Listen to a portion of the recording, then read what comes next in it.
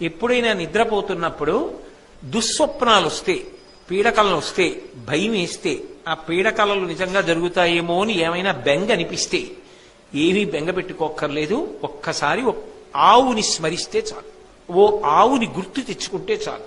ఆ దుస్వప్నాలు ఫలితాన్ని ఇవ్వవు. 2, స్నానము చేత పవిత్రము అంటాం కదా. ఈ స్నానం చేయడం వల్ల ఇంత పుణ్యం వస్తుంది అని కదా లోకంలో చెప్తారు.